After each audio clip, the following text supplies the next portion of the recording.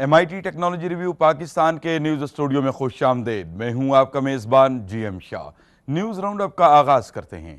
Bulletin के आगाज में आपको बताते हैं कि पिज्जा खाने वाले शायकीन को पिज्जे का ज्यादा इंतजार नहीं करना पड़ेगा।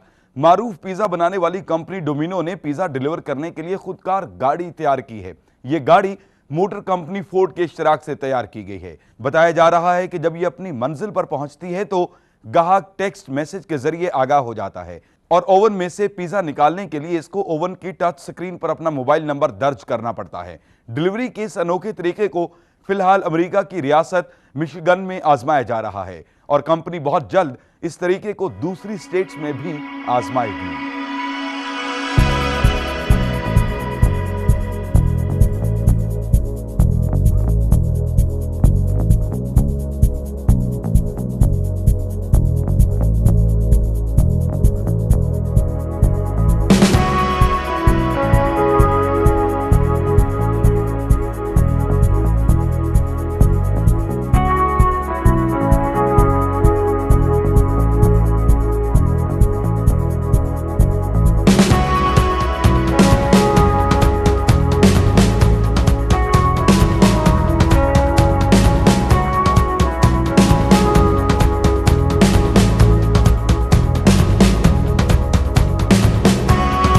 इसके साथ ही MIT टेक्नोलॉजी रिव्यू पाकिस्तान के न्यूज स्टूडियो से अपने मेजबान GM शाह को इजाजत दीजिए। अल्लाह ने के बाद।